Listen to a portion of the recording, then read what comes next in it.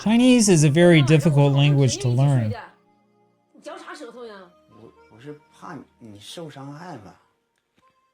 It's hard for native speakers of just about any other language out there to study this. But it's also an extremely rewarding language to learn. In fact, it's worth all of the time and effort that you put into it.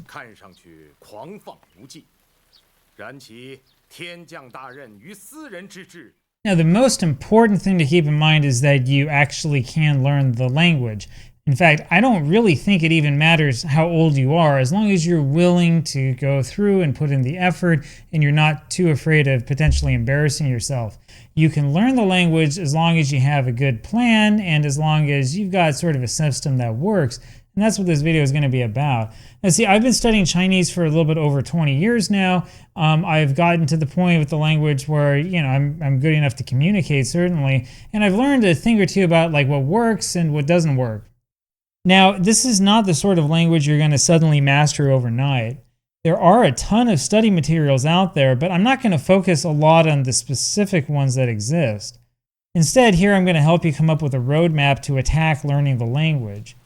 And remember, if you have a solid direction, it will help you immensely in your journey. Now, I've been asking myself over the last couple days what I would do if I had to start over with the language. Now, I realize now that the approach that you take at the beginning of your language learning journey, regardless of the language, is really, really important. If you set a really good foundation for yourself, all of the steps afterwards become a lot easier. But if you don't set a good foundation for yourself, for example, if you're freaking out because you've got classes, you got to like cram for the test and you're not really studying it the way that you should, in the way that's more natural, your foundation is going to be weak and it's going to be really hard to build on top of it. So now a lot of these general ideas I'm going to share with you here work really well for all languages, but for the sake of this particular video, I'm just going to focus on Chinese. Maybe we'll get to other languages some other time. Anyway, let's get started. So first of all, you need to start listening to how the language is actually spoken. The best way to do this is to start making friends with people who are native speakers of the language. So this is actually what I did when I first started with Chinese back when I was in Germany over 20 years ago. I didn't realize it at the time, but spending that time listening to the language gave me a good feeling for the general tone and rhythm of the language, even though I didn't understand a single word. You really want to do this. You want to have an idea for how it's supposed to sound and how the flow of the language is supposed to be. This will help you avoid some common pitfalls. So beginning learners tend to get stuck on the differences in the various tones. Now the tones do make a difference, obviously. In fact, my 14-year-old daughter always makes fun of me whenever I use the tones incorrectly. But you also don't want to slow yourself down and try to overcompensate for how the tones are pronounced. After all, you need to remember that Chinese is a spoken language, it's not singing practice. So the point in doing this is not to magically train your tongue to get rid of like your accent or whatever. That comes over time. It's also not necessarily even to train your ear to pick up on native speech. That also comes over time and with practice. Instead, it's to give you an idea of how the language generally flows so that when you start talking in it, you can make yourself comprehensible. One problem that a lot of learners of Chinese have, I hate to say this, especially learners of like a more advanced generation than mine, is that they tend to overemphasize the tones, right? Maybe because they think that it's a singing language because they've heard these stories. It's not true. I think though it's more likely because they're nervous, right? And don't really know how it sounds and worry too much about being precise than about sort of getting the idea across. Again, take time to listen to what native speakers of the language do and how they actually talk. That's the way that you make it so that when you start speaking, you can get people to understand you despite your mistakes. The second, you really need to get yourself a good beginning level program to start off with. If you're taking a class, chances are very good that you'll end up using the Integrated Chinese textbook. Now, Integrated Chinese is not perfect and it's not magic, but it's still good enough for the entry level. If you're learning by yourself, whatever you choose, make sure that your program has audio that you can download or that's on a CD or something like that. Now, if you're taking a class that's using a textbook that does not have any sort of audio files, or like the teacher's just like making it up as they go or whatever, don't worry. There are ways that you can supplement your learning by using tools that are free and easily available that will give you access to that native speaker audio that you need. And we'll talk in a second about why that native level audio is so important. So some steps are pretty easy. For example, use the free dictionary provided by Chinese Class 101 to get native speaker pronunciation of certain words, phrases, and example sentences. You don't even have to have an account to use this. Forvo is another excellent resource for native speaker audio, but just know that some audio files are not quite as good as others. And as far as a dictionary is concerned, you really need to use Wiktionary, which is the greatest of all time, and I'm not exaggerating. So it's what? While I'm filming this video, it's still 2025, right? You really need to take advantage of the internet in this day and age. Now, I'm not saying go on and like spend all of your time chatting with the AI bot or whatever. It can be helpful. It might not be as helpful as you think. Now, I'm talking about internet-based dictionaries. I'm talking about like looking up difficult terms and finding like the Wikipedia page. And once you get to advanced levels of the language, I'm talking about like performing Google searches in Chinese and looking at how native speaker students are searching for the same terms that you don't understand in Dream of the Red Chamber. Not that I do that every day, right? See, when I started learning this language, I used a bunch of different paper-based tools to try to help me with my learning. The problem with the paper-based tools is that they're not necessarily as responsive to critical commentary about it. Like there's not necessarily going to be that built-in sort of feedback system, and as a result you might go down some rabbit holes like I did and end up wasting a bunch of time. So for example, I convinced my parents to get me a copy of this Chinese dictionary back in 2006 or so. And at first glance, it seems okay. You might think that learning the etymology will help you understand the characters. Unfortunately, though, this is a pretty poor etymological study, and it's also a pretty crappy dictionary as well. The dictionary portion has no sample sentences or phrases, it's extremely limited, and it's missing basic things like alternate pronunciations that are common in modern literary Chinese. And the character indexing system is bizarre and is completely unrelated to how most Chinese character dictionaries actually work. So I learned the hard way that using this dictionary actually was a detriment from the overall goal. So when you're learning Chinese, your overall goal needs to be to learn Chinese, to learn how to speak it, learn how to listen to it, and also to learn how to read and learn how to write it. We get to that in a second. Your goal is not to become an expert in like the etymological history of Chinese characters or anything like that. And the funny thing about that dictionary just showed you is that the etymologies in that book are actually inaccurate. So if for some reason you absolutely have to have a paper dictionary, you really need this one. This is the Xiandai Hanyu Zidian, the Hanying Shuangyu version, or the Chinese English edition. This is actually a proper dictionary with tons of definitions, example sentences, and other nice things. And this one actually uses a proper indexing system that you will see in other dictionaries if you look around. So I used that dictionary for like well over a decade. I first bought it when I was in China the first time. This is in 2006. And the teacher, who was kind of a good friend of mine, used to joke about me in class and said that my dictionary was my 好朋友, or my really good friend. And it's true, right? Because I could find like anything that we were talking about, anything that we were looking at, any like term or whatever that was confusing and the stuff we were reading, I could find it in that dictionary, as long as it wasn't like classical or too old or anything like that. But in the end, after spending more than 10 years using it, I eventually graduated to online dictionaries and online sources. Now, the reason why is not because like Wiktionary is more portable, that I could use it on my phone or whatever. Like the reason why is because something like Wiktionary has everything that that paper dictionary had, including a lot of the same sample sentences. Trust me, I tested this, I looked this up. But there's also native speaker audio for a lot of the more common words. And you really need to know how the language sounds, right? Language is meant to be spoken and listened to. It's not just meant to be something that's plastered on a page.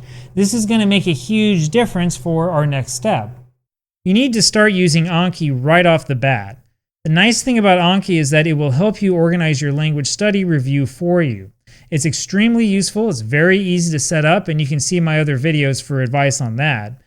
Honestly, I cannot imagine trying to learn a new language today without using Anki. So do you see now why having that native speaker audio is so useful? The more native speaker sources you have for words and for phrases and for sentences, the more useful your Anki deck is going to be. And the more useful that deck is, the more effective the practice you get out of going through it is going to be for your learning. Now there's one more really important thing that a lot of people overlook, and this is the most controversial one of all. If you want to learn this language, you have to learn how to write. Chinese is not a tremendously difficult language to learn how to speak, despite its famous tones. In fact, at its heart, it's still a subject-verb-object language, and the grammar is quite simple. However, if you never learn how to read, your Chinese comprehension skills will never advance beyond the basic level. And the best way to learn how to read is to practice writing the characters.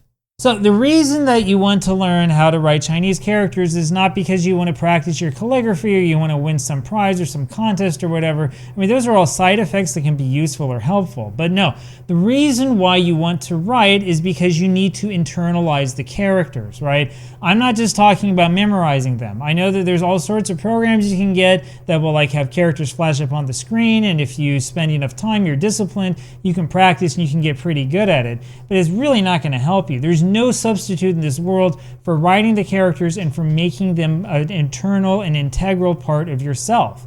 This will help you a lot in the long term. If you've been practicing writing characters, if you've been practicing writing idioms and, 2-letter characters, 3-word characters, 6-character, phrases and stuff like that over and over again, when you start running into this stuff in your books, you're not going to be running back to your dictionary every couple of minutes trying to figure out what it says.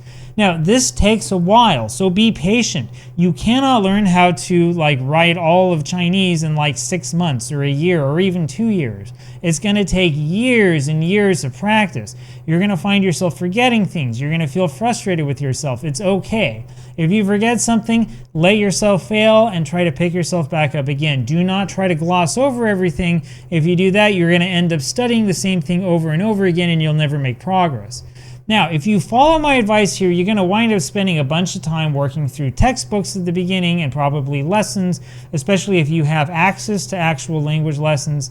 If you don't have a class to go to, it's okay. Make sure you work through the textbooks. But eventually, you're going to find yourself at a more intermediate level, and that's where the fun really begins. If you're able to, I strongly recommend finding a native speaker friend around this level. You don't even need formal lessons, you just need somebody to talk to. That's really all you need at this stage. And don't feel awkward about it. Chinese people tend to be very gracious and very willing to help. But seriously, do not feel self-conscious about your mistakes or your failures, right? Especially with the Chinese language. I mean, native speakers of Chinese, in my experience, overwhelmingly, regardless of where they're from, whether they're from northern China, southern China, Singapore, Taiwan, even Hong Kong or Malaysia, or even if they're, American-born Chinese, it doesn't matter. They're going to be very, very helpful. They're going to want to help you learn the language and help you with your struggles. All right, I have met hundreds upon hundreds of people who have all helped me over my lifetime, and I can tell you that they're always willing to do this. This isn't a language like certain European languages where people feel upset that you're even bothering to learn the language. They want to help you. The other thing you have to remember is that the only way to actually learn how to speak is by making yourself look foolish, right? You have to make mistakes, just like small children make mistakes when they learn how to speak their native language.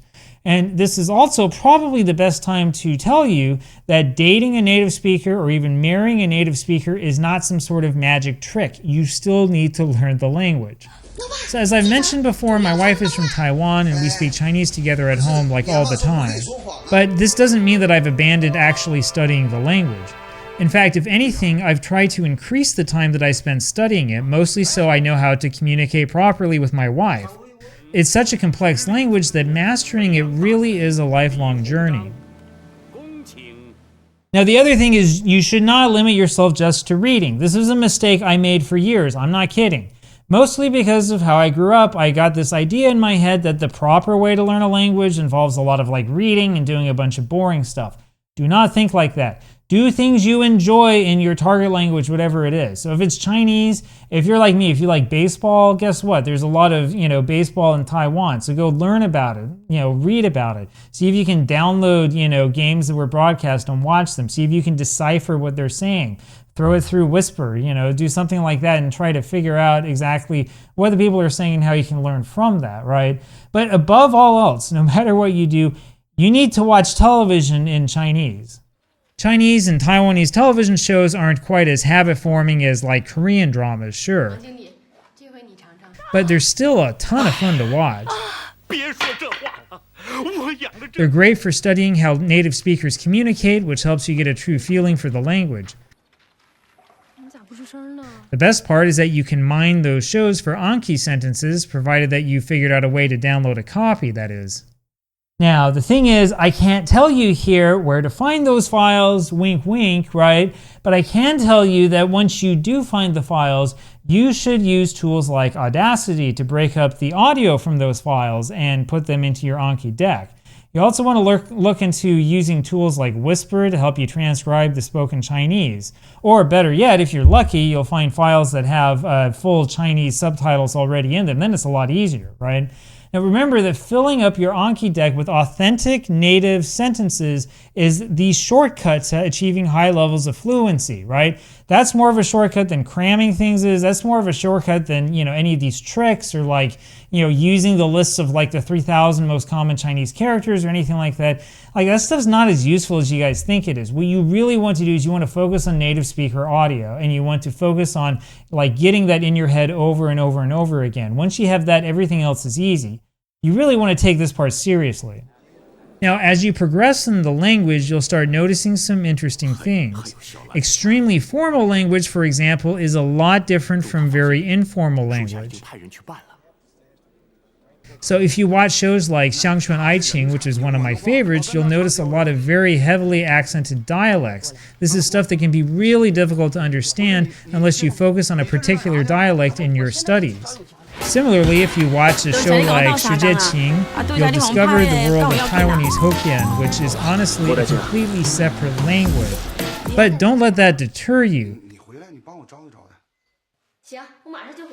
You can learn the dialects, you can learn the dialectical language variants, so long as you follow the steps that I've already listed here. And you'll notice something else when you really spend a lot of time with native level audio.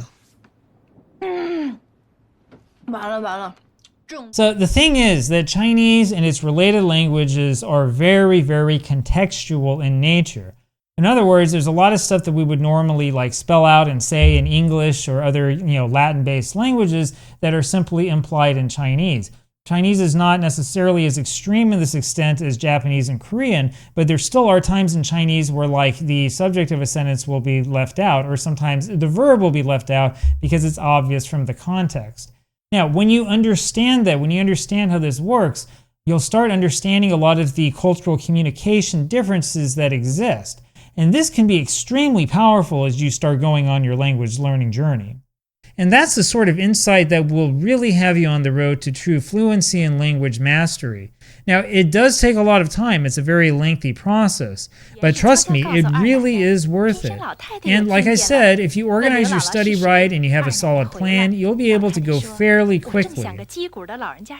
Anyway, as I've said before, and I know this video is long enough as it is, the real key here is to develop a feeling for the language. It's not about memorization. It's about getting a feel for how the language works and how the language is spoken. And just like learning how to ride a bike or learning how to ice skate, it's really about allowing yourself to fail, letting yourself fall down a couple of times, and then picking yourself back up and learning from your mistakes. If you get that lesson in your mind right from the very beginning, it's going to be a lot easier because you're not going to feel bad about screwing up and messing this part up or that part up or whatever, right? This is also one of the reasons why sometimes it's better to learn it outside of like a university context where your grade really matters. You can learn this language in a context where it doesn't matter how your grade is. You're going to feel a lot more free and you're going to be able to make the mistakes that you need to make to actually learn how to speak the language. Anyway, I hope this was helpful for you and stay tuned. We're going to have more videos like this in the future. Bye.